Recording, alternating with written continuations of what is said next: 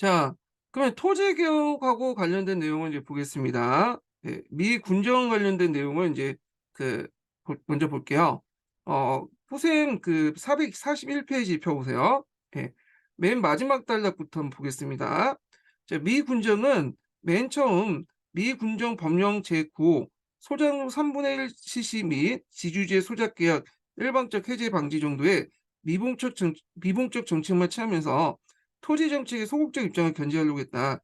미 군정은 조선총독부 일본인 회사 및 개인 소유하고 있는 일체 재산을 접수하여 미 군정청의 소유 기숙재산으로 만들고, 이 적산이죠, 적산. 이 명칭 예전에 기출이 나왔으니까 기억을 좀 해두시고요. 그리고 일본인이 소유하고 있는 기속 농지를 신한공사단으로 관리했다. 네. 그래서 신한공사도 나올 가능성이 있으니까 외워두세요. 예. 자, 그리고 관리 대상이 된 경지는 전체 경지 면적의 13.4%, 특히 전라남북도에 각각 24%, 28% 되었다. 자, 신한공사는 당시 거의 모든 정치 세력들이 주장했던 토지 개혁 방안과는 어긋나게 기속 토지 일부에 대한 연고자 불화 방침을 시행하였다. 예. 그래가지고 이제 이렇게 있고요. 그다음에 이제 기속 토지에 대한 일부에 대한 연고자 불화 방침은 그 당시 이제 일본 토지 중에 그 예전 토지 중에 뭐 강제로 빼앗기거나 했던 토지들이나 그런 사람들에게 다시 돌려주겠다. 뭐 그런 의미에서 이제 얘기한 것 같아요. 자, 전국농민종합총동맹은 이에 반대해서 기속재산과 친일파 토지를 몰수하여 빈농들의 무상 분배를 요구했고, 독자의 토지개혁안에 초점을 마련하여 제출하였다. 토지개혁안을 독자의 토지개혁안 초안을 마련하여 제출했다. 자, 미 군정의 자문기관으로 개설된 남조선 가도입법위원회는 뒤늦게 토지개혁법을 기초한 본회의에 상정했으나, 여기 안에 있었던 이제 그 한민당 위원들이 다수에 점하고 있었기 때문에 이마저도 심의 되지 못했다. 요 관련된 내용이 예전 기출문에 나왔죠. 남조선 가도입법위원회에 있는 한민당 지지 출신들이 반대했기 때문에 뭐냐면 제대로 되지 않았다는 거죠. 미 군정은 신안공사 해체하고 중앙토지행정처를 설치해서 소작인들 기한 동포를 대상으로 30여 만 정도의 기속 토지를 매각했다. 그러니까 그 전체 토지를 그 토지 개혁을 한 게 아니라 그 뭐냐면 기속 토지 한정돼서만 이제 뭐냐면 토지 개혁을 했는데, 이 기속 토지가 그때 한 7, 80% 정도 이렇게 그 매각이 됐고요. 이 30% 정도는 뒤에 이승만 정부 때 매각이 됐어요. 이게. 자, 그래서 재헌국회에서 이제 지주층 및 상공회 출신 위원들의 반대로 농지개혁법의 통과는 지지부진하였다. 1949년 돼서야 수정된 농지개혁법안이 통과되었지만 시행령은 대통령 제 295에 뒤늦게 공포되었다. 그래서 이제 요걸 이제 먼저 아셔야 될 텐데, 요거는 이제 그 정부안대로 통과시킨 거고, 실제 이게 이제 제대로 안 됐죠. 예상 분야. 그래서 그게 시행령이라고 하는 건데, 아마 요걸 이제 수정해 가지고 이제 통과시킨 게 이거 대통령령인 것 같아요. 예, 수정안이라고 보시면 돼요. 농지개혁법안은 자체를 수정한 게 아니라 대통령을 통해서 수정안으로 해 가지고 보완해서 이제 그 입법 장치를 만들었다. 이렇게 보시면 되겠죠. 그래서 원래는 그 정부안이 아니죠. 제가 말을 잘못했는데 다시 할게요. 농지개혁법은 처음에는 의회안이죠. 말을 잘못했어. 의회안이었다가 앞에서 얘기했지만 이게 제대로 안 되고 시행령이라는 이유로 그 정부안이 통과돼서 실제로 정반대로 통과돼 갖고 했다. 이렇게 보시면 되겠죠. 그래서 이제 요거는 이제 정부안을 바탕으로 이제 하는 거예요. 그래서 농지개혁법은 삼정부를 초과하는 농가의 토지나 부재지주의 토지를 국가에서 유상으로 매수하고 지주들에게 지가증권을 발급하여 그 농지 1년에 수확량 150% 한도 내에 5년간 보상하도록 했으며, 여기에서 볼 수 있듯이 직접 돈을 주는 게 아니라 지가증권을 발급했다고 했어요. 그래서 순차적으로 이제 이렇게 해서 보상하는 거고, 자, 국가에서 매수한 노지는 영세 농민들에게 삼정부를 한도로 유상 분배하고 그 대가로 5년간 걸쳐서 수확량 30% 상한으로 순환토록 하는 것이 골자였다. 그러니까 유상 우회수, 유상 분배 방식이 실시됐으나 예초 토지개혁 요구에 비하면 상당히 불철저하였고 지주층이 유리했고, 더욱이 지주 소유 농지 중 태반이 이미 매매된 상태였고, 실제 분배된 건 별로 안 되었죠. 또한 그 당시 상환 방법을 헌물납으로 정했기 때문에 인플레이션이 격심한 당시로는 농민층의 부담이 크게 가중됐다. 왜냐면 그때는 화폐 가치가 상당히 많이 떨어졌기 때문에 화폐로 받으면 손해인 거야. 그러니까 헌물로 받았던 거죠. 자, 그럼에도 불구하고 8.15 이후에 농지개혁까지 행해진 일련의 조치로서 농촌사회의 지주 소작 관계가 해체되고 경작지의 농민들의 토지가 확보되었다. 또한 지주 측의 자본 전환이 모색됐으나 정부의 보상금 지불 지원도 쏟아지 못했다. 앞에 나갔지만 지주 측에서도 이제 일부는 담보를 해가지고 공장을 이제 세워가지고 산업자본과 전환될 수 있었지만 상당수는 그렇지 못했죠. 대부분은 헐값으로 지가증권을 갖다 팔았고 실제로 그걸 산 사람은 이제 상업자본가들이나 상업자본가들 이런 사람들이죠. 그래서 이제 이렇게 해서 농업자본들이 산업자본과 상업자본으로 전환됐다. 이렇게 이제 보시면 될 것 같아요. 자, 그래서 이제 요 내용들이고요. 그다음에 여기부터는 쭉 이제 뭐냐면 평가 관련된 내용인데 넘어갈게요. 예. 그다음에 이제 쭉 넘어가서 여기 이제 마지막 기속재산 관련된 내용을 좀 보겠습니다. 자, 요거는 관련돼서 이제 시험 문제 나왔는데, 자, 앞에서 말한 좀 기속재산 중에 일부는 미 군정 때 처리됐지만 그 나머지 부분들은 이승만 정부 이후에서 처리됐어요. 이때 기속재산도 토지도 있을 수 있고 기업도 있고 그다음에 임야도 있고 등등 있겠죠. 예. 자, 정부 수립 후 이승만 정부는 기속재산을 매각하였다. 공공성이 있다고 판단하는 토지 및 기업체 공장은 국유이나 공공기업으로 개편되고 그 외의 개인이나 법인에 분할했다. 그런데 분할 대상자는 영고자, 종업원, 유공자, 일반 공매 등의 미국 지역일 때 미군정기 때 기속재산을 관리 임대한 자들이 주로 분할받았으며 앞에서 말했지만 미군정이 이제 처음에 올 때 공장이나 기업들을 노동자들이 자체적으로 운영하려고 했거든요. 근데 그걸 인정하지 않았죠. 그래서 미 군정이 그 당시 이제 관리인을 파견했어요. 근데 이 관리인들이 나중에 이제 이승만 정부 때 이 기업이나 이런 것들을 이제 받아서 이제 기업을 장악하게 되죠. 기업의 사장이 되고 이렇게 되는데, 자, 그래서 일부는 매수 가격, 매수 기간 등의 특혜를 받았다.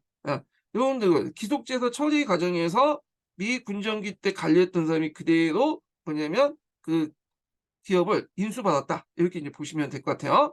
자, 그래서 이제 이렇게 해서 한번 토지개혁 관련된 내용을 한번 살펴봤고요. 예. 자, 그러면 이제 관련된 교과서 내용을 좀 보겠습니다. 예. 먼저 이제 비상교과서를 볼게요. 농지개혁 실시. 자, 강복 당시 대다수의 농민들은 농사 짓는 사람의 땅을 소유하는 경작 유전의 원칙이 실현되기 바랬다. 특히 1946년 3월에 북한의 토지개혁이 단행되자 남한의 농민들은 토지개혁을 요구했다. 그러나 미 군정청은 일본인 소유 토지만 적산이죠. 적산만 농민들이 유상 분배하고 한국인 지주의 토지는 한민당 등 지주들에 대변한 정치 세력의 반대에 부닥쳐 농민들에게 분배하지 못했다. 정부 수립 후에 농지개혁을 위한 본격적인 논의가 시작됐고 재헌국회는 1949년 농지개혁법을 제정하고 이승만 정부 이듬해 3월부터 유상매수, 유상분배 방식을 원칙으로 농지개혁을 실시했다. 그래서 한 가구당 농지 소유 상한은 3정보 정도 제한을 두고 그 이상의 토지는 지가증권을 발급하여 정부가 매입했다. 자, 이 지가증권이 보이시죠? 농지개혁법에 이제 따라서 정부는 보상기간, 지급해, 그다음에 지급기일, 지급 장소 등을 기재되는 지가증권을 이제 지주에게 발급했다. 이렇게 보시면 될 것 같고요. 자, 또한 농지를 받은 농민은 평균 수확의 30%를 5년 동안 분할 상환을 했다. 자, 6.25 전쟁 등으로 농지개혁이 한동안 중단되면서 지주들이 미리 토지를 팔아 농지개혁 대상의 토지가 줄기도 했지만 농지개혁은 지주 소작지의 소멸과 농민 중심의 토지 소유를 확보하는 데 기여했다. 그래서 한계와 의의가 있죠. 예. 그래서 이제 이 내용들 좀 기억을 해두시면 될 것 같고요. 자, 해남 교과서 좀 볼게요. 자, 해남 교과서 여기 내용이 있는데 한번 볼게요.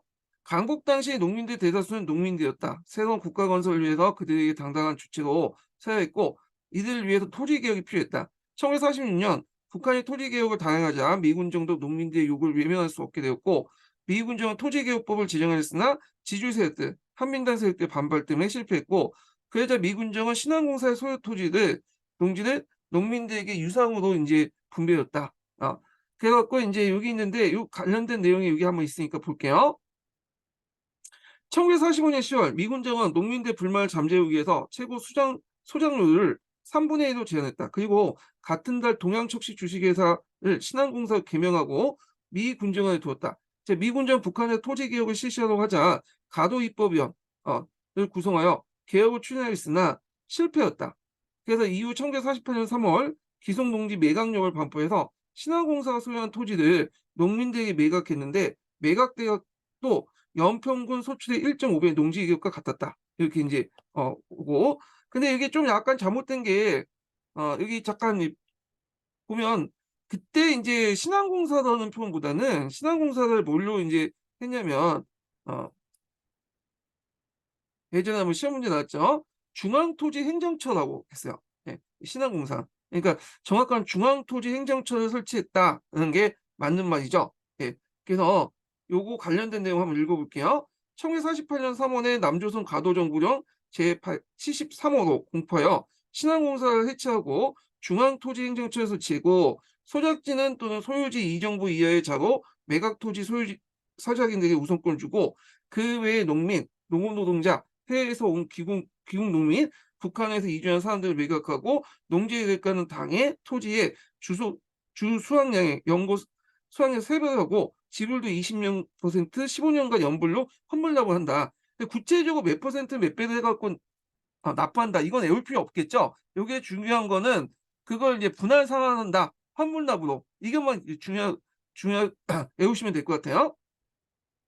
분배된 농민들 매매 임대차 저당가 설정 일정 기간 금지한다. 북한도 금지했는데 그 남한의 미군정 때 인제 줬던 이제 토지 분배 토지는 일정 기간 동안 막 2 년, 3년 정도 이렇게 하죠. 영구히 매각을 하는 건 아니고요. 자, 그래서 인제 요렇게 해서 인제 했는데 중앙토지행정처라고 외워두시면 돼요. 이때 인제 그 토지 개혁할 때는 중앙토지행정처 이렇게 외워두시면 되고 여기 신한공사는 좀 잘못된 것 같아. 예. 자, 그다음에 이제 재헌국회는 재헌헌법에 농지를 농민에게 분배한다는 경자 유전의 원칙에 따라서 농지개혁법을 제정했고 농지개혁은 유상매수, 유상분배를 원칙으로 했다. 지주들에게 농지를 매수하고 이 농지와 국가 소유 농지를 농민들이 분배했다. 자, 농지에서 받은 농민은 해당 농지에 나온 연간 소득의 150%를 5년 동안 나누어 납부도 내도록 했고 그다음에 농민의 토지 소유 한도는 최대 3정보였다. 농지개혁은 1950년부터 시작해 6.25 전쟁까지 70에서 80% 진행되었고요. 전쟁이 끝난 후 재개되었다. 자, 그래서 거기 1951년 정도 말에 가서야 이제 재개돼. 6.25 전쟁까지는 이제 못하다가 그래서 이제 있고 그다음에 이제 전쟁이 끝난 후에 재개된 게 아니라 51년 말부터 재개됐어요. 앞에서 전선이 어느 정도 고착화된 상태에서 이제 어느 정도 남한에서 이제 진행됐다. 이렇게 보시면 되겠죠. 그래서 정부는 지주들에게 토지를 매수한 후 지가증권을 주어서 이들을 자본가로 전환하였다. 그러나 여기 보면 그 전환하고자 했으나 전쟁 과정에 지가증권이 헐값이 되고 지주들이 이들 팔아 버려서 버려 이게 뭐야 구상대로 되지 않았다. 또한 지주들에게 농지개혁 전에 토지를 미리 팔았기 때문에 농민들이 토지 매급 재금을 제때 내지 못하여 분배받은 땅을 다시 파는 경우도 있었다. 이렇게 있고요. 자, 그래서 이게 한계죠. 이거 예전에 시험 문제 나왔던 거죠. 기억을 해 두시고요. 자, 이런 한계에도 불구하고 농지개혁은 대부분 농민은 자장농이 되었다. 또한 농민들이 자립적인 경제 주체로 성장할 기반이 마련됐고 생산의욕이 높아져 농업 생산이 늘어났다는 거죠. 자, 그다음에 기속재산 관련된 내용 보겠습니다. 자, 일제 강점기 동안 조선 총독부와 일본인은 많은 토지와 공장을 소유하고 있었다. 자, 강복 후에 이들 재산은 미 군정에 기속되었다. 이 기속재산 그 적산이라고 하죠. 예전에 시험 문제 나왔던. 예. 그래서 한번 읽어 볼게요. 자, 기속재산은 1945년 8월 15일 일제가 전쟁에 패한 후에 조선 총독부와 일본이 남긴 사업체, 부동산, 동산들을 말하는데 대표적인 게 토지와 공장이죠. 어차피 동산은 그게 처리됐기 때문에 의미는 없고 대부분 부동산, 뭐 사업체, 가져갈 수 없는 것들 이제 을 기속재산이라고 하는데 토지는 신한공사에 이관됐기 때문에 실제 중요한 건 사업체, 공장으로서 1,500개에서 2,500개에 달했다. 자, 대한민국 정부가 수입되자 미군정이 이들 정부에 이관했다. 이관된 재산의 규모는 국가 총 자산의 80%, 80%, 당시에 정부 예산의 10배가 되었다. 제한헌법에서는 주요 자원과 산업을 국영 또는 공용으로 한다고 규정했지만 이승만 정부는 기속재산 처리법을 만들어서 이것도 외워두세요. 예. 기속재산을 일반에게 매각했는데 주로 이제 이들 매수한 사람들은 정부와 관련된 사람들이다 그런 거죠. 그래서 일제 강점기 때 뭐 친일파들이나 아니면 미 군정 시기 때 그걸 관리했던 사람들이나 이런 사람들은 이제 뭐냐면 주로 뭐냐면 값싼 가격으로 처분했죠. 그 관련된 내용 좀 볼게요. 자, 강복이 되자 일제가 남기고 간 기업체들은 노동자의 자주관리 운동을 통해 노동자들에게 자주적으로 권유하고자 했으나 미 군정은 자신이 직접 관리했다. 그리고 주로 자산가 계층을 관리인을 임명했고 이는 사유재산 존중이나 국제법 관리에 거스르는 것이다. 뭐 이렇게 있고요. 자, 하여튼 뭐 이렇게 있고 자, 이때 매각 가격이 지나치게 낮았고 산업 기간도 길었던 데에서 물가 상승이 헐값에 가까웠다. 그래서 이제 시설이 좋은 기업은 대부분 기속 사업체이기 때문에 이를 매수한 상당한 기업가들이 이후 재벌로 성장할 수 있었다. 이렇게 보시면 되고요. 이 과정에서 또 정경유착이 일어나죠. 그래서 이승만 정부가 이제 뭐냐면 자기에게 뇌물 갖다 준 사람들도 또 그냥 또 넘기고 뭐 이런 식으로 해갖고 정경유착이 되게 심했고 부정부패가 많았다. 이렇게 보시면 될 것 같아요. 자, 그 다음에 이제 이렇게 있고 뭐 여기는 친일파 관련된 내용이니까 한번 읽어보시고요. 그 다음에 미대인 교과서 볼게요. 자, 미래인 교과서는 뭐 비슷비슷해요. 예, 그래서 신한공사가 있고 그 다음에 이제 정부가 그 수입된 후에 농지개혁이 경제 유전의 원칙에 따라서 행해졌고 그 다음에 이제 여기 의의가 있죠. 농지개혁은 지주소작제가 거의 사라졌으며 대부분이 농민들 자기 소유의 토지를 갖게 되었다. 근데 여기 밑에는 한계가 있죠. 예, 잠깐만요.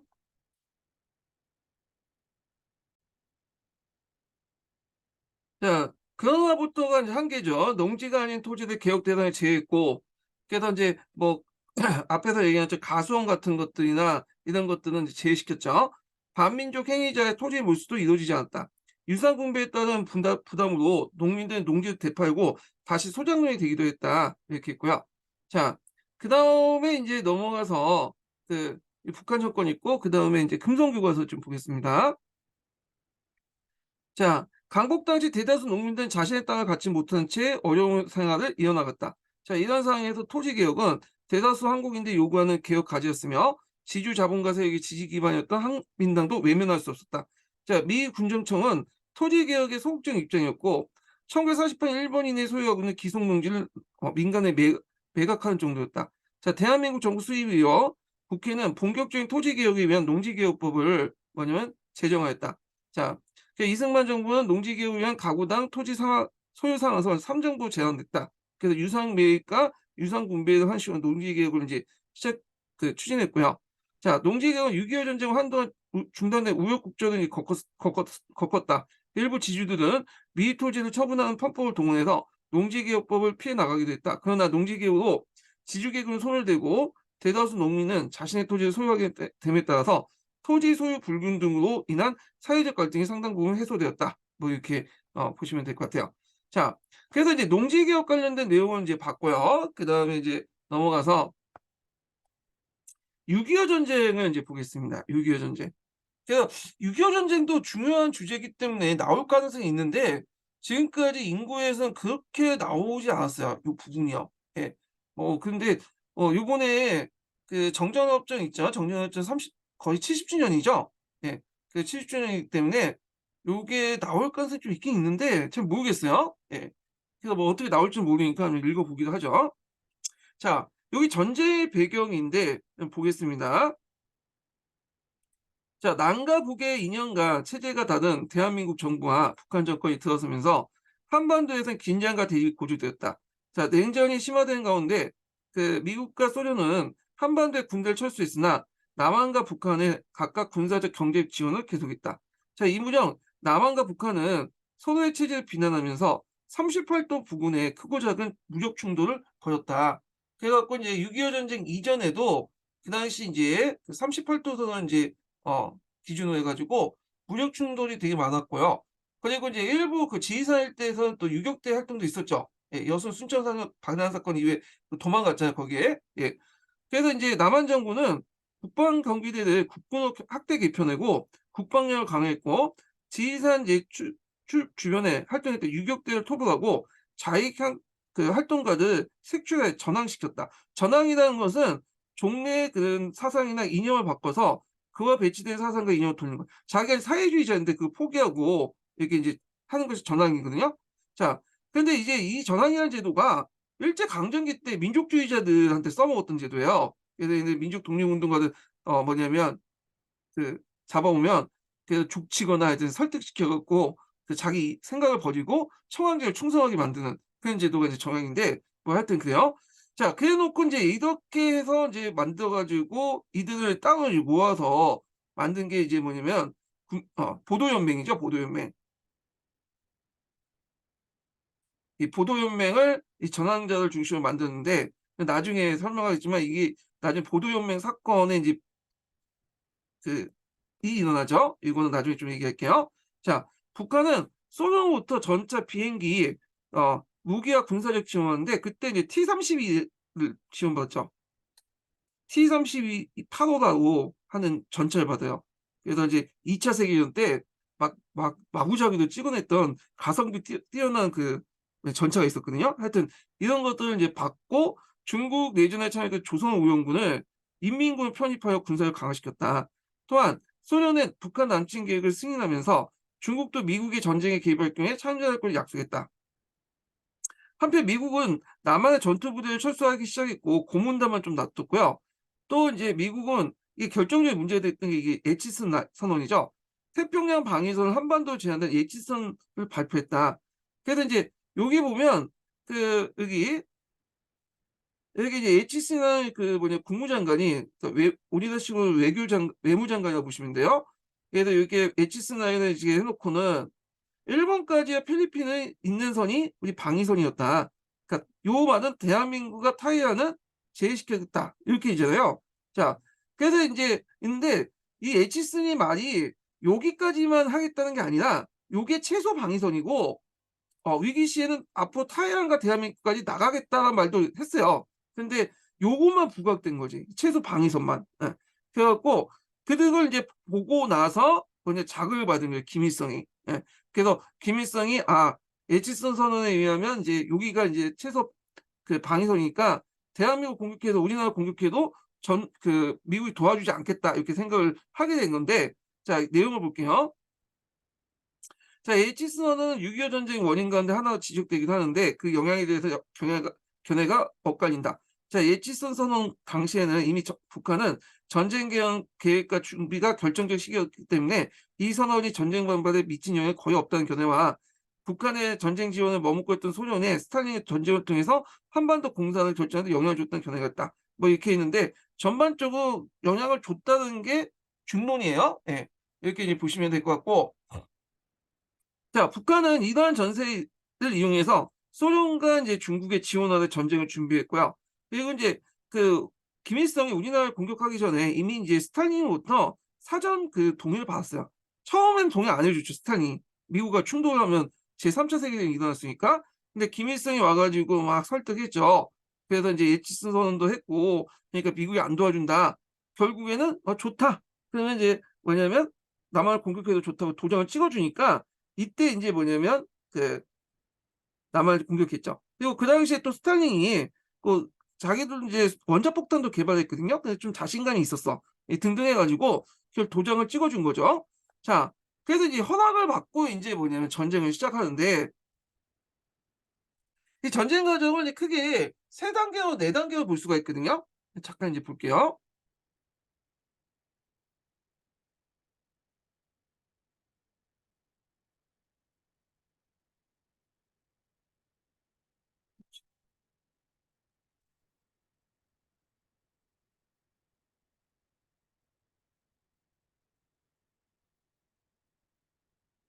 자, 전쟁 과정을 4 단계로 볼 수 있는데 잠깐만요. 다시 볼게요. 이게 잠시만요.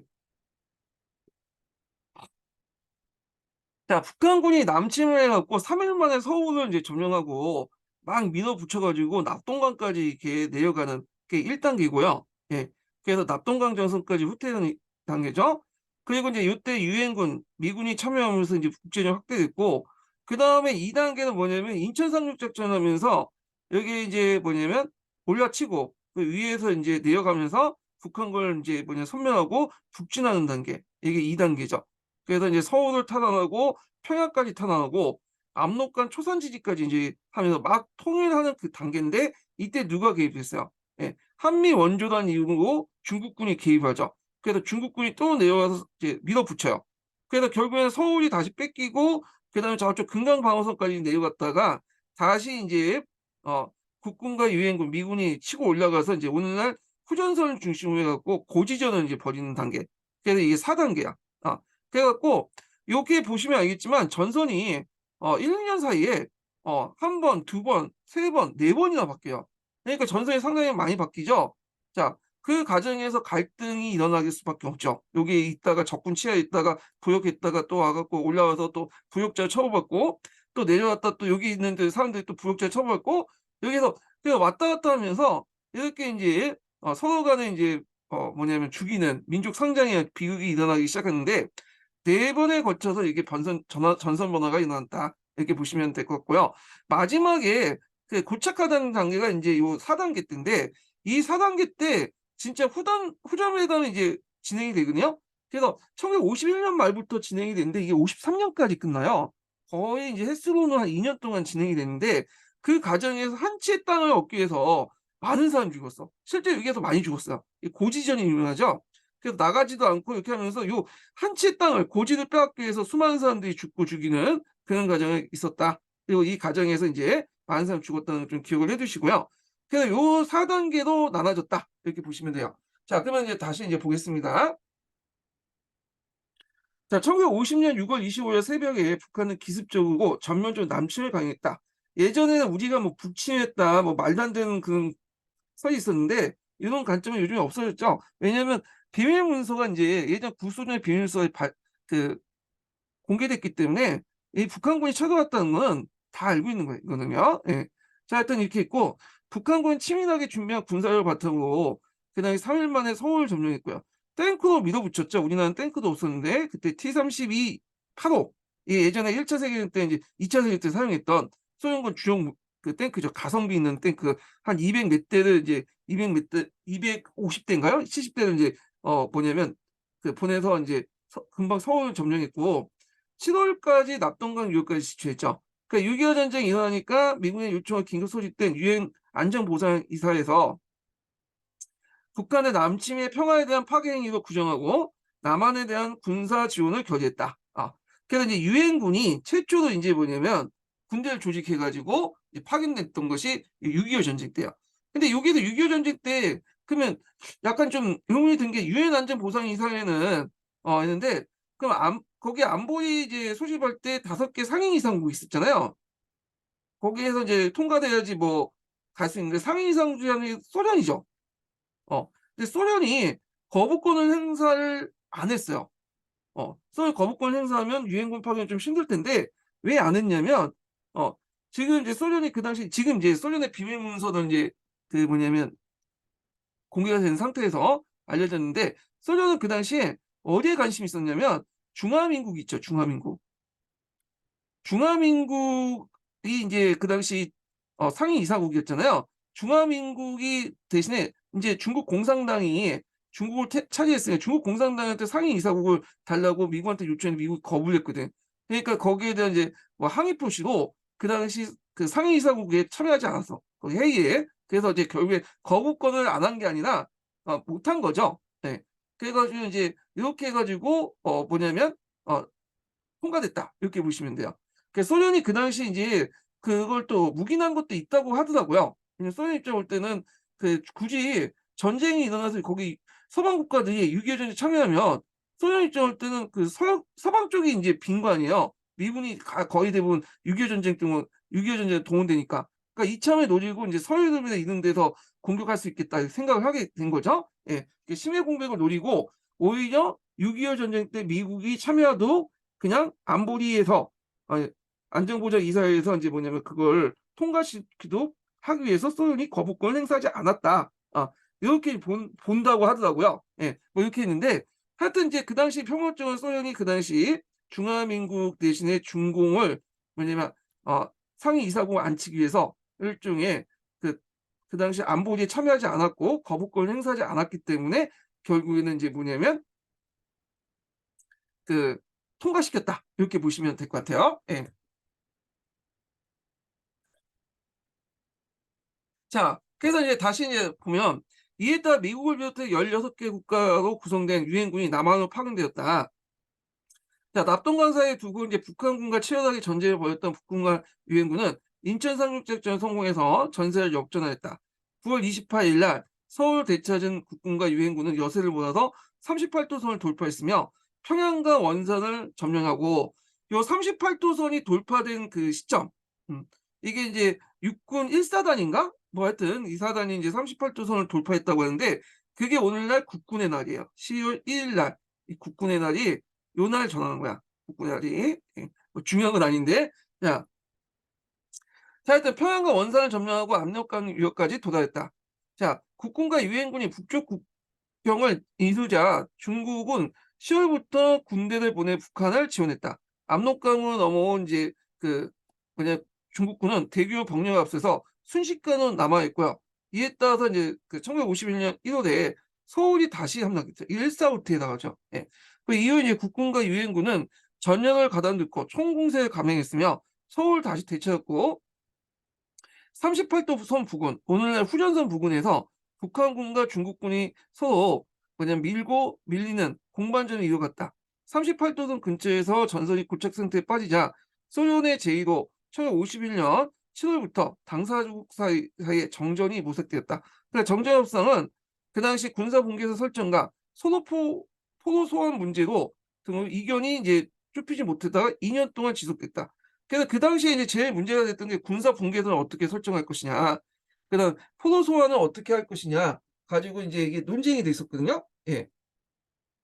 그래서 이제 군사 분계선 같은 게 나중에는 그 몇 날 며칠까지 딱 여기 전쟁 점령한 상황을 기준으로 해 갖고 이제 그었고요. 포로 소환 문제가 제일 문제가 됐어. 원래 제네바 협정에서는 포로 소환은 원래 국가에 돌아가는 거야. 아. 근데 이게 이제 그 내전이잖아요. 이 내전의 특수성을 감안할 땐 이건 도저히 받아들일 수 없는 거죠. 미국이나 우리나라 입장에서. 왜냐면 이 포로 중에 상당수 왜냐면 남한 출신의 포로도 되게 많아요. 여기 남진하는 거 여기 얘네들이 쳐들어올 때 그때 남한에 인제 얘네들 청년들을 인민군으로 착출했거든. 그런 것도 있고 그 안에 또 반공 출신도 많죠. 반공 포로도. 그 얘네들을 어떻게 북한을 보내냐. 그래서 북한 같은 경우에는 그 제네바 협정을 따르자.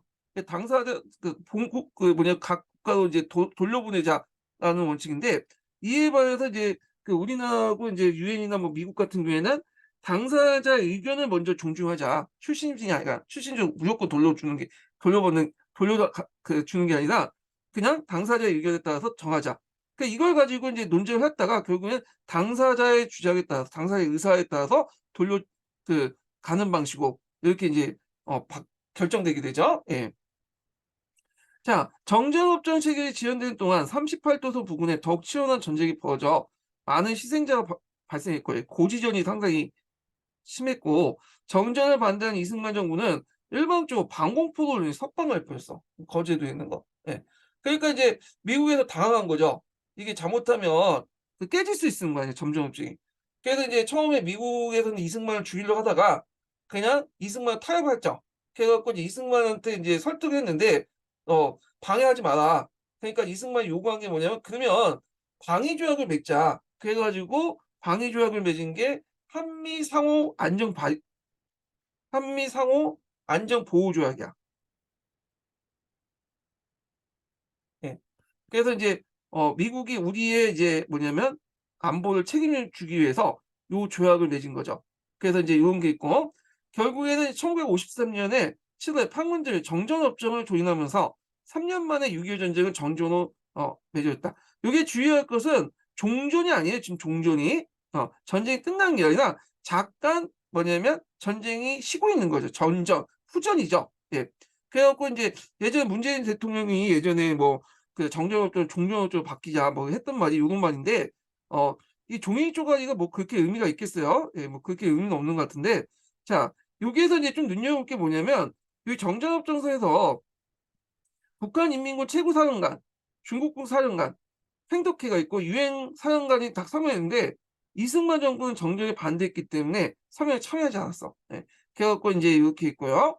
자 그래서 인제 전쟁의 영향을 보면 그 6.25 전쟁은 남북한의 막대한 인적, 물적 손실을 가져왔다. 그 군인과 민간인들이 수백 명이 죽거나 다쳤으며 많은 이산 가족과 전쟁 고아가 생겼다. 또한 도로나 주택, 철도 등 사회 간접 시설도 대부분 파괴되었고 피난민이 몰려든 곳에 심각한 식량 및 주택 부족 현상이 나타났다. 전선이 한반도 전역 오르내리며 1-2년 사이에 4번이나 왔다 갔다 했잖아요. 상대편에 협조했던 사람들이 처형하는 일이 벌어졌고요. 그다음에 이제 이 과정에서 다수의 민간인들이 희생됐는데 대표적인 게 미군이 인제 노군이 철근 밑에서 양민 300 명을 사살한 노군이 사건이 있다고 하는데 요거는 협조해서 처형시킨 게 아니라 이건 오발이었다고 지금 보고 있거든요. 예. 그리고 이제 이거 뭐 미군하고 한국군만 죽인 게 아니라 양민들을 북한군도 많이 죽였어요. 근데 요거는 없더라고. 그게 좀 이상해. 제가 이제 뭐 약간 보수적인지 모르겠는데 당연히 요것도 신호면 북한군들이 한국 사람들 그 양민들 사살한 사건도 같이 집어넣어야 될 거 아니에요. 서울대 병원 같은 데 들어가서 막 사람들 죽이고 그랬는데 예. 자 이런 것들은 전혀 실려 있지 않아. 좀 그래. 자 그렇게 했고 그다음 북한군은 이제 지주야 자본가의 군인 가족들을 처형하고 북한으로 퇴각하면서 많은 지식인과 청친을 끌고 갔다. 또한 요거 딱 한 줄 적혀 있고요. 근데 요런 것만 좀 부각시키더라고요 보면. 자 국군과 경찰은 다수의 국민 보도 영명 그리고 교도소 수감자를 처형했는데 이때 이제 국군과 경찰이 그 내려가면서 후퇴하면서 국민 보도 영맹원들을 끌어다가 처형시켰어요. 그래서 교도소 수감자들은 인제 뭐냐면 뭐 자익사분들을 인제 모아 가지고 처형시키고 그래서 이제 이게 나중에 문제가 생기죠. 요게 국민 보도 연맹 사건이라고 하죠. 그 사건이. 그 국민보도연맹 사건을 계기로 해서 그때 인제 국민보도연맹이 전향자를 중심으로 해 갖고 그 모임 단체인데 간변 단체예요. 근데 이제 위에서 할당량을 채우기 위해서 전향자 외에도 일반 양민들도 그 뭐냐면 거기에 들어갔어. 양민들 들어가면 인제 뭐냐면 일반민도 들어가면 돈을 주고 양식을 주니까 이게 들어갔는데 나중에 이 명단만 보고 인제 얘들을 처형시킨 거예요. 요 안에는 정향자도 있지만 일반 양민들도 되게 많아요. 예. 그래 갖고 이게 인제 국민보도연맹 사건이라 갖고 상당히 이제 6.25 전쟁 때 양민 학살로 대표적인 경우거든요. 예. 이거 한번 나올 수도 있으니까 좀 기억을 해 두시면 될 것 같고요. 자 전쟁 이후에 남한과 북한 사이의 적대감이 깊어져 분당이 굳어졌고 아직까지 이산 가족 문제와 미송환 포로 문제가 해결되지 않은 상태로 남아 있는데 이 미송환 포로 문제는 왜 문제가 생겼냐면 원래는 이제 그 포로 협상에서 그 당시 어 포로의 어떤 자유주의에 따라서 남한과 뭐냐면 북한을 이렇게 선택을 하도록 했는데 문제는 북한에서 그걸 제대로 안 지켰죠. 북한 같은 경우에 우리나라한테 돌려주는 게 보면 10,000명도 안 돼요. 수만 명이 다 잡혔는데 10,000명도 안 되는 그 포로들만 돌려준 거야. 그래서 대부분은 북한에 남아 가지고 뭐냐면 강상 노동자로 인제 활동하거나 아니면 아오지 가서 인제 뭐 이렇게 노동자로 하거나 탄광 노동자로 인제 활동하거나 그래서 얘네들이 또 구박을 받았잖아요. 이렇게 탄압을 받고. 그래서 이렇게 미소한 푸어 문제가 계속 남아 있었다. 이렇게 보시면 될 것 같아요. 그다음에 전쟁이 끝난 후에 한미 상호 방위 조약을 맺었죠. 그래서 이에 따라 미국이 이제 한국에 계속 주둔하게 되었고 미국의 영향력이 한국과 동아시아에 강화되었다. 그래서 인제 이 미군의 주도는 한반도 및 동아시아 전쟁을 억제하고 평화와 안정을 유지하는 데 일정한 기여를 이제 해 줬다. 이렇게 보시면 될 것 같고요. 자 중국은 참전 후에 사회주의권 내에서 인제 정치적 위상이 커졌으며 일본은 여러분도 알다시피 6.25 전쟁 특수로 경제가 성장하면서 아시아의 방공 거점 국가로 자리 잡았다. 이렇게 보시면 되죠. 한미 상호 방위 조약을 볼게요. 이거 나올 수가 있어요. 이번에 1953 년이잖아요. 이게 종전 70 주년이기도 하고 한미 상호 방위 조약 70 주년이기도 해요. 예. 그래서 나올 수가 있죠, 요즘에. 예. 그래서 인제 좀 보면 자 한미 상호 방위 조약은 1953 년에 대한민국과 미국 사이에 상호 방위를 목적으로 체결된 조약으로 주요 내용은 대한민국의 외부로부터 무력적으로 위협을 받을 때 미군이 지원한다는 것이다. 그 내용 보면요. 자, 본 조약을 당사국들은 모두 국민과 모든 정부가 평화적으로 생활하고자 하는 희망을 제하하며 외부로부터의 무력 공격에 대해서 그들의 자신의 방해하고자 하는 공통의 결의를 공공행위 또는 정식으로 선언할 것을 희망하고 태평양 지역에 있어서 평화와 안정을 유지하고자 집단적 방해를 위한 노력으로 공고히 할 것을 희망하며 다음과 같이 합의했다. 이렇게 있는데 자, 1조를 볼게요. 당사국은 관련될지도 모르는 어떤 국제적 분쟁이라도 국제적 평화와 안정과 정의를 위태롭게 하지 않는 방법으로 평화적 수단을 위해서 해결되고 국제관계에 있어서 유엔의 목적이나 당사국이 유엔에 대해서 분담할 의무를 배치되는 방법, 무력에 의한 위협이나 무력 행사의 상각권을 약속한다. 이 말은 뭐냐면 그 당시에 이제 그 이승만이 북침 통일을 내세웠잖아요. 그러니까 이제 그 미국 정부에서는 좀 약간 그 이승만을 좀 못 믿었어. 그래서 이승만이 만약에 북진 통일해 갖고 막 북으로 공격해서 먼저 선제 공격하면 우리 안 도와주겠다. 그 내용이야. 그러니까 너희들이 남침을 방어 갖고 방어 목적으로 할 때 도와주겠다. 뭐 그런 내용이죠. 예. 그래서 이제 여기 보면 평화적 수단의 분쟁 해결 위주를 천명한 것인데 또한 한국의 북한 공격을 용인하지 않으며 나아가 이를 감시 견지했다고 본다. 이렇게 보시면 될 것 같고요. 당사국 가운데 어느 한 나라의 정치적 독립 또는 안전이 외부로부터 무력 공격에 의해서 위협을 받고 있다고 어느 당사국이 인정할 때까지 언제든지 당사국이 서로 협의한다. 자, 그건 뭐냐면 그 유사시에는 미국이 한국을 군사로 지원해 주겠다고 지원할 수 있는 길을 열어둔 거죠. 너희들 도와주겠다. 그리고 이제 그걸 보증하기 위해서 미국이 미군을 주둔시킨 거잖아요. 그러니까 이제 미군을 공격하는 행위는 곧 미국 전체에 대한 공격 행위잖아. 그래서 이제 여기를 주둔한 거야. 그래서 이제 인계철서 역할을 했다. 이렇게 보시면 될 것 같고요.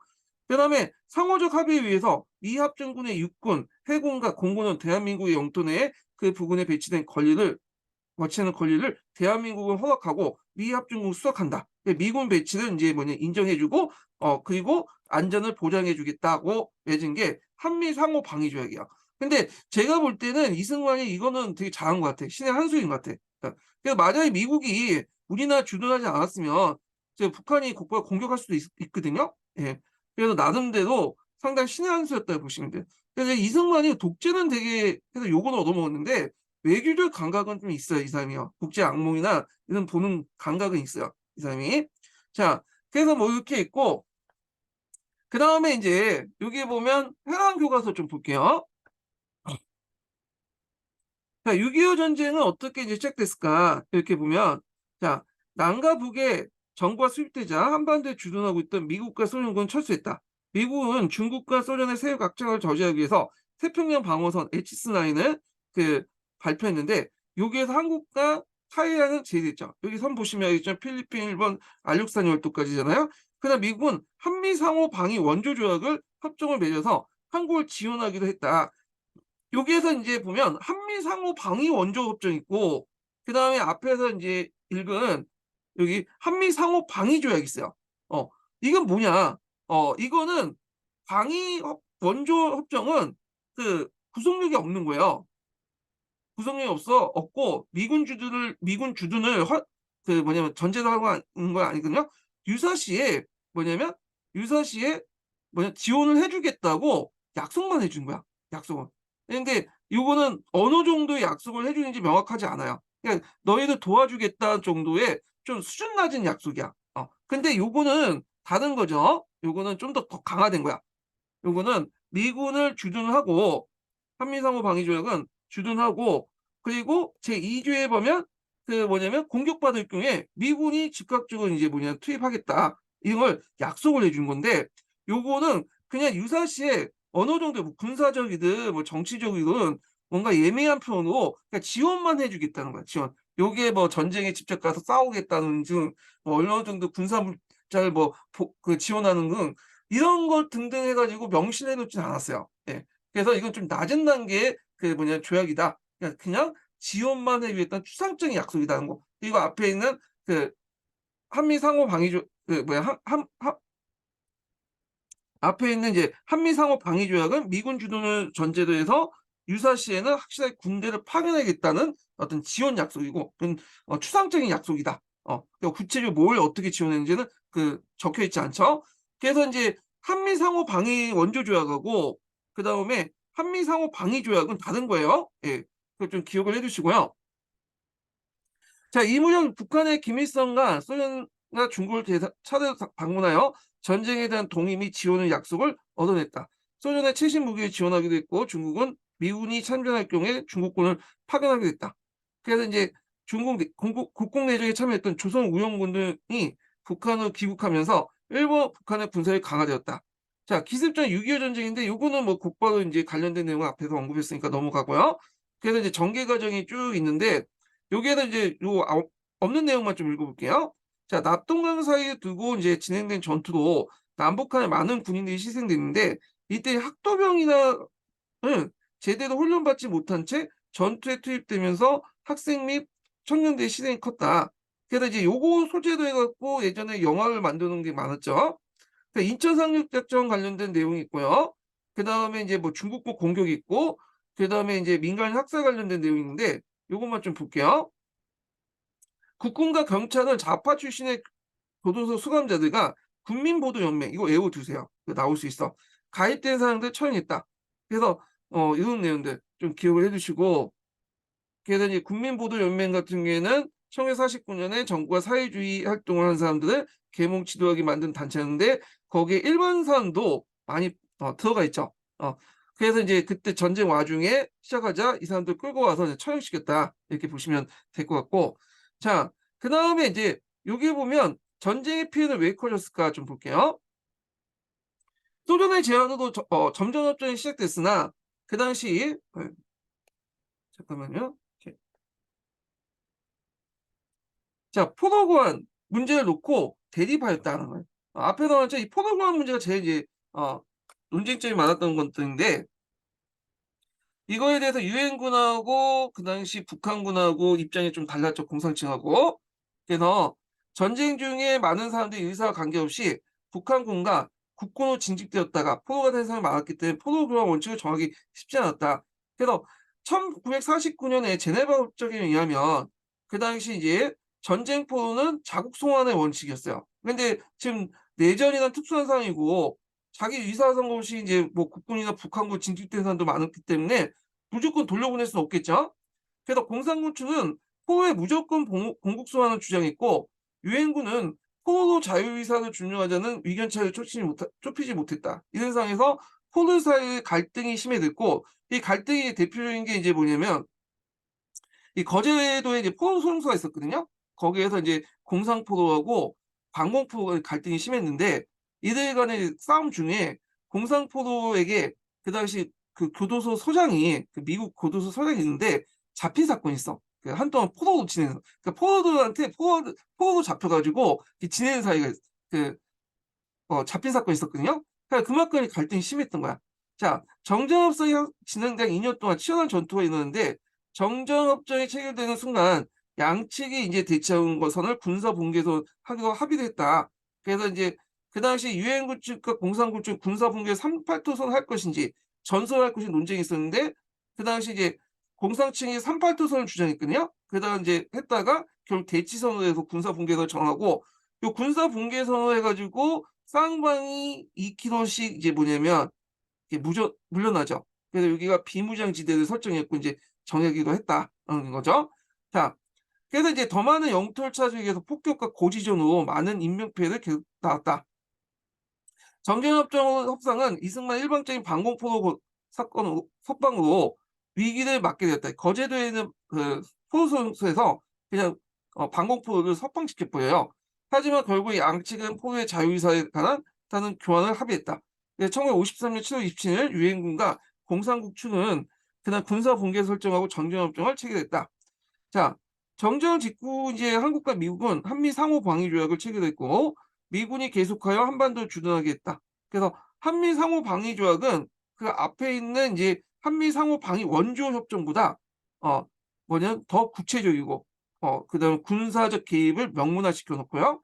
그다음에 군대 주둔을 명문화시켜 놨죠. 예. 이렇게 보시면 돼요. 그래서 한반도 문제 평화적 해결을 위해서 제네바 회담은 성과 없이 끝나면서 전쟁 종결에 이르지 못하였다. 그래서 이때 인제 제네바 회담에서 그 1년 뒤죠. 1954년에 이런 정전협정을 좀 더 해 갖고 종전협정을 끝내고 한반도 내에 통일정부를 구성하자라는 그것을 뭐냐면 정전협정에 명시해 놨는데 실제로는 요 제네바 회담에서 의견 대립으로 뭐냐면 해결되지 못했죠. 요 제네바 회담을 좀 볼게요. 정전협정에 보면 제네바 회담의 개최의 근거가 있어요. 자, 여기 보면 한국 문제 평화적 해결을 위해서 쌍방 군사적 간은 쌍방의 관계 각국 정부에게 정전협정 조인되고 호정을 발생한 후에 3개월 내에 각기 대표를 파견해 쌍방의 고위 정치회담을 소집해서 한국으로부터 모든 외국 군대의 철수, 한국 문제 평화적 해결 문제 등을 합의할 것을 건의한다. 이때 정치회담이 이제 제네바 회담의 정치회담인데 정전협정에 따라서 1954년 한국과 북한을 포함한 미국, 중국 등이 참여한 제네바 정치회담에서 제네바 정치회담이 열었다. 자, 제네바 정치회담에서 총선거를 통해서 남북 통일 정부 수립, 한반도에서 외국군 철수 등을 논의했다. 하지만 참가국 간의 의견 차이도 좁히지 못하고 회담은 결렬됐고 이로써 한반도의 평화적 전쟁을 종결하지 못하고 전쟁을 잠시 중단된 상태에 머물게 되었다. 그래서 지금까지 쭉 간 거죠. 정전 이렇게 상황이 지금까지 갔고요. 자, 그래서 있고 오히려 이거는 이제 제네바 정치회담은 우리나라 문제보다는 베트남 문제가 그 당시 주요 화제였어요. 그래서 이제 그 베트남에서 이제 그 당시 남북 간의 대립이 있으니까 17도선을 중심으로 해갖고 위쪽에 이제 호지민을 중심한 북베트남과 그 다음에 남쪽에 이제 남베트남이 이렇게 분리되고 2, 3년 뒤에 이제 총선거를 실시한다고 이제 이때 제네바 정치회담에서 타협을 봤거든요. 우리나라 문제보다는 좀 베트남 문제에 초점을 맞췄고 우리나라 문제는 좀 약간 외곽에 있었던 문제예요. 예. 자, 하여튼 이렇게 있고 자, 그래서 이제 한국은 6.25 전쟁 전에 10만 명의 군대를 63만 명을 늘리고 군비를 확장했고 북한 역시 군사를 강하여 100만 이상의 군대를 유지했다. 자, 그 결과 군사 비용이 증가되어 정부 재정을 압박하였고 군사적 긴장이 지속되었다. 자, 6.25 전쟁이 거치면서 남과 북에서는 민주주의와 다원주의 정치 지형은 축소되었고 이승만은 반대파 공산주의 몰아서 제고했고 북한의 김일성은 박헌영 등을 남로당이죠. 전쟁 실패 책임을 물어 수청했다. 박헌영이 이제 미국의 간첩이다 하면서 수청시킨 거죠. 그래서 남북한의 성을 불신하고 적대하는 감정은 남북 군단의 고착을 영향을 미쳤다. 고착화에 영향을 미쳤다는 거. 자, 그 다음에 이제 이렇게 있고, 그 다음에 이제 뒤에 넘어가서요. 민행 교과서 좀 볼게요. 자, 요거 이제 마찬가지로 앞에 부분은 배경이에요. 비슷비슷해. 넘어갈게요. 자, 그 다음에 이제 요때 요것만 읽어볼게요. 1950년대 초 소련은 북한 남침 계획을 승인했고 중국도 미국의 정쟁에 개입해 전세가 불리해질 것을 경우 참전할 걸 약속했다. 그래갖고 이제 약속 받았던 내용이 있고요. 그 다음에 남한은 조선 공비들 모체도 국군을 창설해 치안을 확보하고 국방력을 강화했다. 자, 이 무렵 미국은 한국을 미국의 태평양 지역 방위선을 제외한 엑지슨 선언을 반포했고 그 다음에 한미 상호 방위 원조 조약 협정을 체결했는데 요건 앞에서 말한 건 뒤에 말한 한국 상호 방위 조약과 달리 좀 예매하고 그냥 구체적이지 못한 그 도와주겠다 이런 정도의 약속이에요. 예.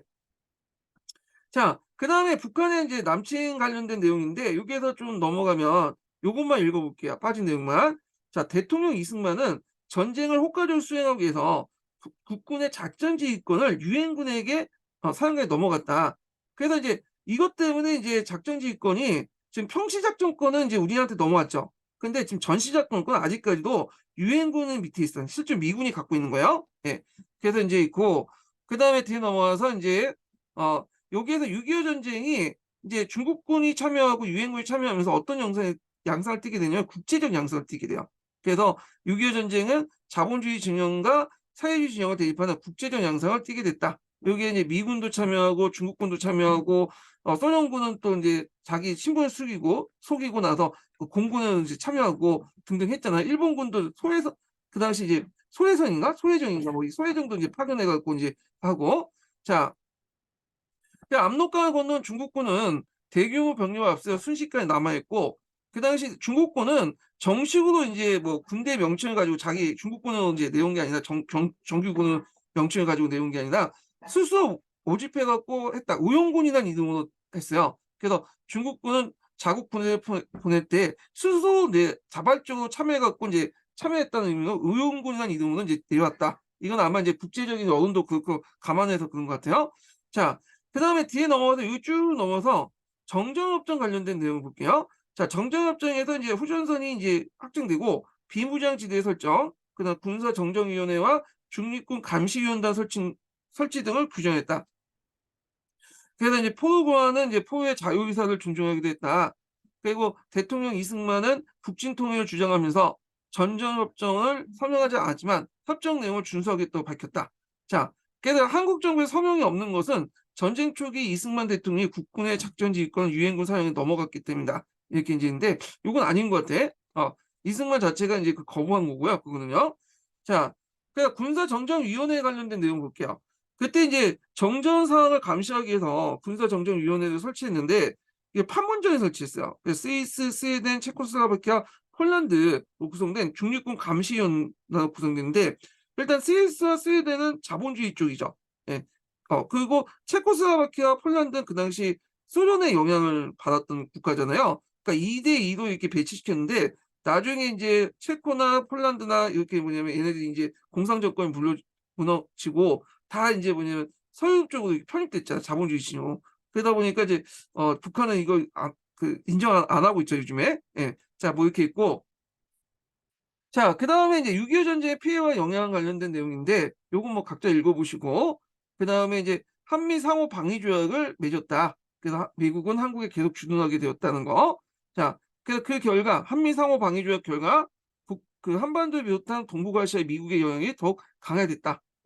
그렇게 있고 북한에서는 군대를 지원한 중국의 영향이 소련보다 커졌고 자, 일본은 6.25 전쟁의 특수로 경제가 발전하면서 아시아 방공 거점 역할을 국가로 자리 잡았다. 이렇게 있고요. 자, 그다음에 이제 넘어가서 이렇게 있고 뒤에 이제 금성교과서를 좀 보겠습니다. 자, 이 금성교과서도 뭐 비슷비슷해요. 6.25 전쟁 이전에 예, 크고 작은 국지전 같은 것도 일어났고 그다음에 H9을 공표했다는 거. 자, 그다음에 이제 북한 정권의 전쟁 준비 보면 조선우영군이 이제 북한에 들어갈 인민군 핵심 전력이 되었다. 이렇게 있고. 자, 요거 관련돼서 한번 읽어볼게요. 조선우영군 관련돼서요.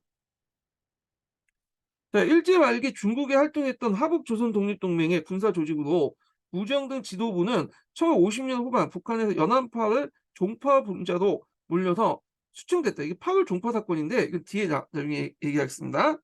자, 저기 남한은 병력 규모나 무기 등 전쟁 수행 능력이 북한에 비해서 매우 부족했는데 주한미군도 일부 군사공원단 제국은 대부분 철수한 상태였다. 그러니까 남한 같은 경우에는 북한이 가지고 있는 탱크나 이런 것도 갖고 있지 못했고요. 장갑차 몇 대 정도 가지고 있었어. 그러니까 이제 또 북한군이 내올 때 그 뭐냐면 탱크를 막을 수 있는 대전차 무기도 별로 없었어요. 예, 그러다 보니까 초반에 속속 밀릴 수밖에 없는데 왜 그 미국이 남한에 탱크를 안 줬냐면 그 이승만이 북진 통일을 계속 주장하니까 괜히 줬다가 또 뭐냐면 북한을 공격할 수 있다고 생각해서 안 준 거야. 예, 뭐 이렇게 있고. 자, 6.25 전쟁 반발의 과정은 이제 앞에서 언급한 거니까 쭉쭉 넘어가고요. 예. 그래서 이제 이렇게 있고 여기 보면 전개 과정 보시면 있죠. 4단계를 거쳐서 이제 진행됐고 정전협정 관련된 내용을 좀 보겠습니다. 전쟁이 굴착 상태에 빠지자 소련은 국제연합에 정전을 제안했다. 그 양측은 이를 받아들여 1952년 7월에 개성에서 정전회담을 열렸다. 그래서 이제 회담에서 유엔군에 대표한 미국과 공산군의 중국, 북한 대표가 이제 참여했는데 이승만 정부는 정전을 반대하면서 회담을 참여하지 않았다. 여기에서 이제 좀 약간 제가 아쉬운 건 뭐냐면 왜 개성에서 열렸어? 개성은 그 당시에 북한군이 이제 점령을 하고 있었거든요. 근데 그 당시에 북한군이 개성을 완전히 이렇게 뭐냐면 방어할 수 있는 능력도 없었어요. 그래서 좀 치고 올라가서 해주에서 열었으면 해주를 기준으로 해서 이 개성이 남한 땅으로 편입될 수 있었는데 개성에서 이제 정전협정 열고 좀 이따 이제 판문점으로 바뀌거든요. 판문점은 개성 밑에 있잖아요. 그러다 보니 개성이 요게 이제 요 판문점 부근에서 전쟁은 일어나지 않았거든요. 그러니까 여기에서 이제 안전히 요 지역 이북 땅은 완전히 경기도 이북 땅은 개성 지역에 있다가 북한권 쪽으로 넘어갔어요. 예.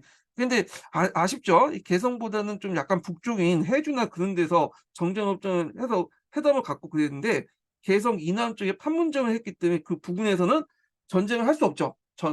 이게 정전협 협상을 하다 보니까 그러니까 자연스럽게 개성이 인제 북한 쪽으로 넘어가는 좀 그런데 아쉬운 거예요 이게 좀.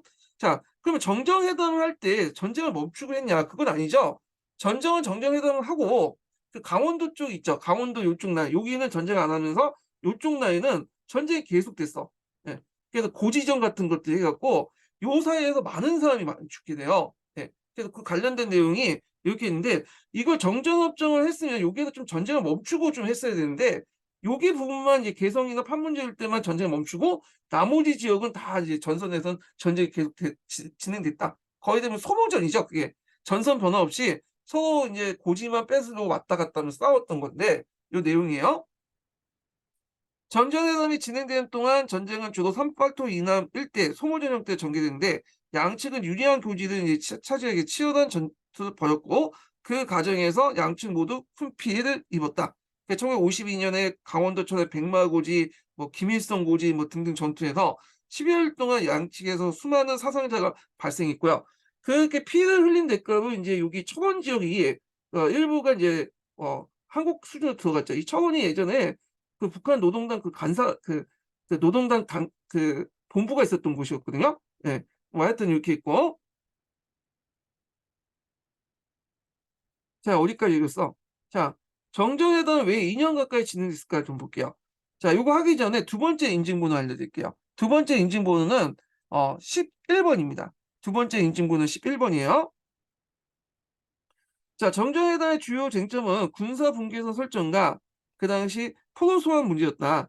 그래서 군사 분계선 문제 가지고 인제 그다음에 중국과 북한은 뭘 요구했냐면 38 도선을 요구했어. 종전대로 38 도선을 요구했고 근데 이해를 정정회담 당시에 접촉선을 주는 미군의 요구가 받아져 오늘날 후전선은 확정됐다. 예. 그러니까 군사 분계선을 어떻게 설정에 따라서 중국과 북한은 38 도선 그다음에 미군이나 이런 사람들은 당시 접촉선 전선을 중심으로 해서 지금 이제 후전선이 이렇게 한 거죠.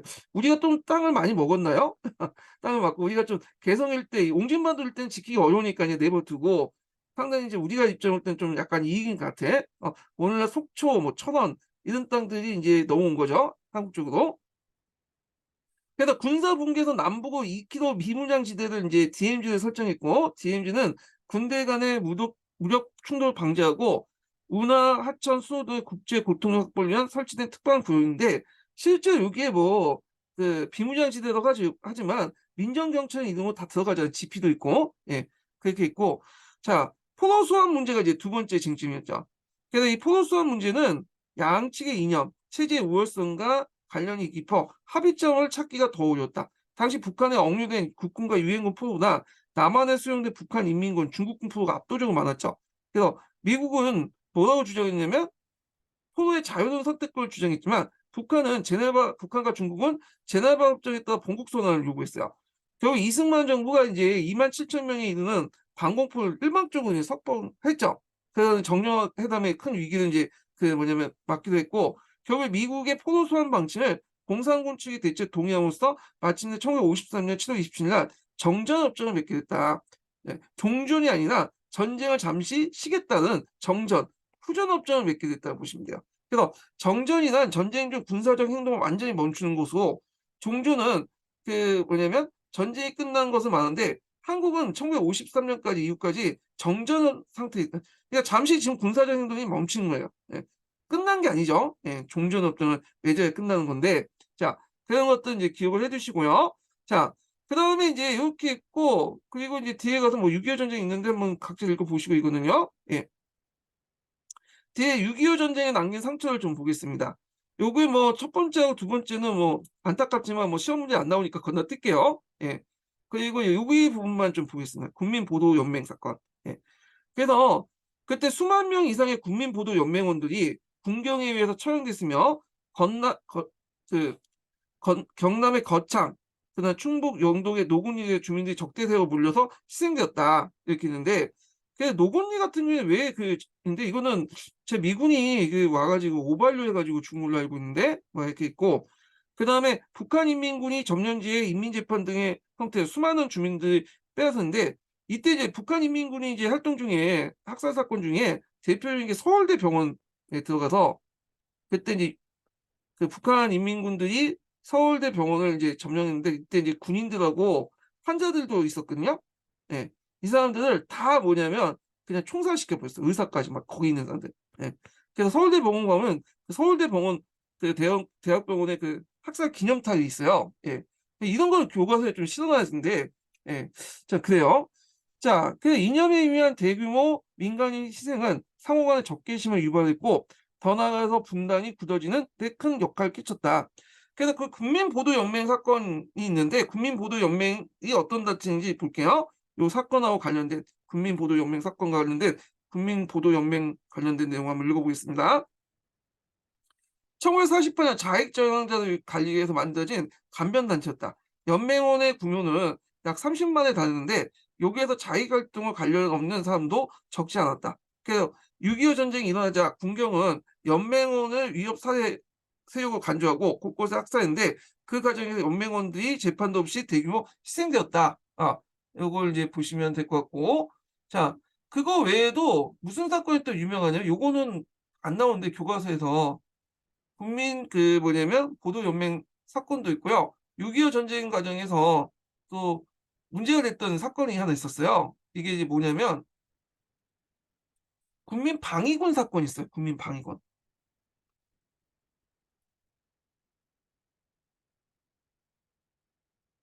1951년 1월 달에 일어났던 사건인데, 잠깐 볼게요.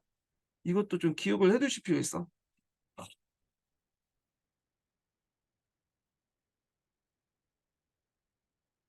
보통 이제 전쟁 중에 이제 3대 학살 사건으로서 국민보도연맹 사건, 국민방위군 사건, 그다음에 거창 양민 학살 사건이 있어요. 그래서 이제 교과서에서는 이게 두 개가 나오는데, 국민방위군 사건은 안 나와 있더라고요. 그게 국민방위군 사건이 뭐냐면, 그때 6.25 전쟁 때 일사후퇴를 하고 있었잖아요.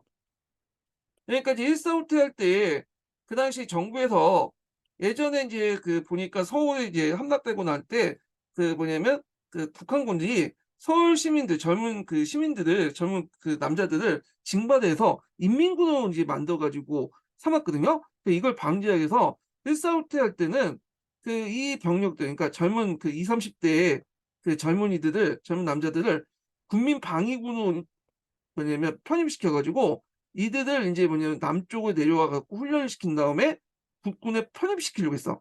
예.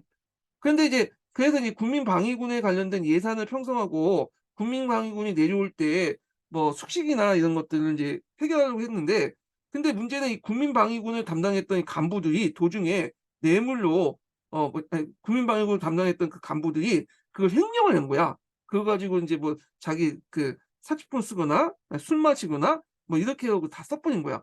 그래서 실제 국민방위군에 내려간 예산들이 쓰여진 예산이 거의 없어요. 그러니까 국민방위군들은 그냥 집단적으로 그냥 내려온 거야. 그냥 차도 못 타고 기차도 못 타고 먹을 것도 없이 계속 내려 가지고, 그 과정에서 이제 많은 사람이 죽어요. 그때 또 1월 달이니까 얼마나 죽겠어. 예. 그래 가지고 이거에 이제 문제가 되니까, 그때 이제 국민방위군과 관련된 사람들을 이제 그 뭐냐면 재판에 붙여 갖고 총살시켰거든요. 그래서 이게 국민방위군 사건이 그날 이승만 정부 때 큰 타격을 줘, 이승만. 그래서 이제 이승만이 이제 더 이상 국회에서 이제 선거를 통해서 대통령이 될 수 없겠다고 생각한 그 배경 중에 하나가 이 국민방위군 사건이 상당히 뭐냐면 큰 영향을 미쳤거든요. 그래서 요거 좀 외워 두세요. 그래서 전쟁 중 3대 사건, 국민보도연맹 사건, 국민방위군 사건, 거창 양민 학살 사건, 요거 좀 기억을 해 두시고요. 예. 자, 그래서 인제 이렇게 있고, 자, 그다음에 인제 여기 꼭 전쟁 이후의 국내 정세를 인제 변화를 볼게요. 이건 뭐 나올 것 같진 않은데 한번 읽어는 보겠습니다. 예. 남북 간의 집권 세력들은 6.25 전쟁을 거치면서 권력 기반을 확대해 나갔다. 이승만 정부는 반공주의를 내세워 갖고 정치 활동을 억압했고, 헌법을 동원해서 헌법을 개정한 등 장기 집권을 강했다. 자, 헌법 개정 관련된 내용은 나중에 좀 얘기하고요. 김일성은 자신에게 반대된 정치 세력들 대규모 수청했다. 이 과정에서 북한에서는 김일성을 정점한 사회주의 독재 체제가 확립됐으며, 북한 지도부는 남한에는 군사적 도발을 감행하는 적화 통일 공사를 펼쳤다. 자, 6.25 전쟁 이후에 국제 정세는 어떻게 변했을까? 자, 미소 군비 경제는 냉전 체제가 더욱 공고해졌고, 미국과 이승만 정부는 한미 상호 방위 조약을 맺고 주한미군을 통해서 동아시아에 강력한 영향을 행사했다. 자, 여기 이제 한미 상호 방위 조약 내용 있죠. 예. 그리고 이제 중국은 국제사회 위상이 크게 높아졌으며, 일본은 전쟁 특수로 막대한 경제적 이득을 챙겼고, 특히 일본의 어떤 치안 유지 명부 자위대가 조직함으로써 재무장을 토대로 마련하게 됐다. 게다가 이제 6.25 전쟁을 계기로 해서 일본은 이제 방공기지도 만들려고 했잖아요. 그 예전에 한번 그 시험에 문제 나왔던 거죠. 자위대 관련된 내용을 좀 볼게요. 2차 세계대전 이후에 일본은 전쟁 포기 및 군사적 보호를 금지한 평화헌법을 공표했다. 자, 그러나 일본 국내에 발생한 폭동을 진압하는데 경찰을 보조하기 위해서 경찰 예비대가 창설되었고, 이후 경찰 예비대는 6.25 전쟁 등 동아시아 정세 변화 속에서 자위대도 확대 개편되었다. 이렇게 보시면 돼요. 자, 그 다음에 이제 6.25 전쟁의 사회 문화 변화를 보겠습니다. 자, 6.25 전쟁을 거치면서 한국 사회에 많은 변화를 겪었는데, 인구 감소하고 사회적 이동이 활발해지면서 정통적인 가족 제도와 공동체 의식이 약화되고요. 남성 대신에 생계를 책임지는 여성들이 많아지면서 여성의 사회 활동에 대한 인식도 점차 바뀌었다. 그리고 이렇게 인구가 이제 그 사회적 이동이 활발해지고 다 못 먹고 못 살게 되니까, 기존에 이제 뭐 내가 양반이니 내가 노비니 내가 뭐 저기 그 백정이니 그런 인식도 없어졌어요. 우리가 실제로 이제 신분제가 폐지된 거는 6.25 전쟁이야. 6.25 전쟁. 예. 이게 의도하지 않지만 긍정적 영향도 미쳤다, 이렇게 보시면 될 것 같은데.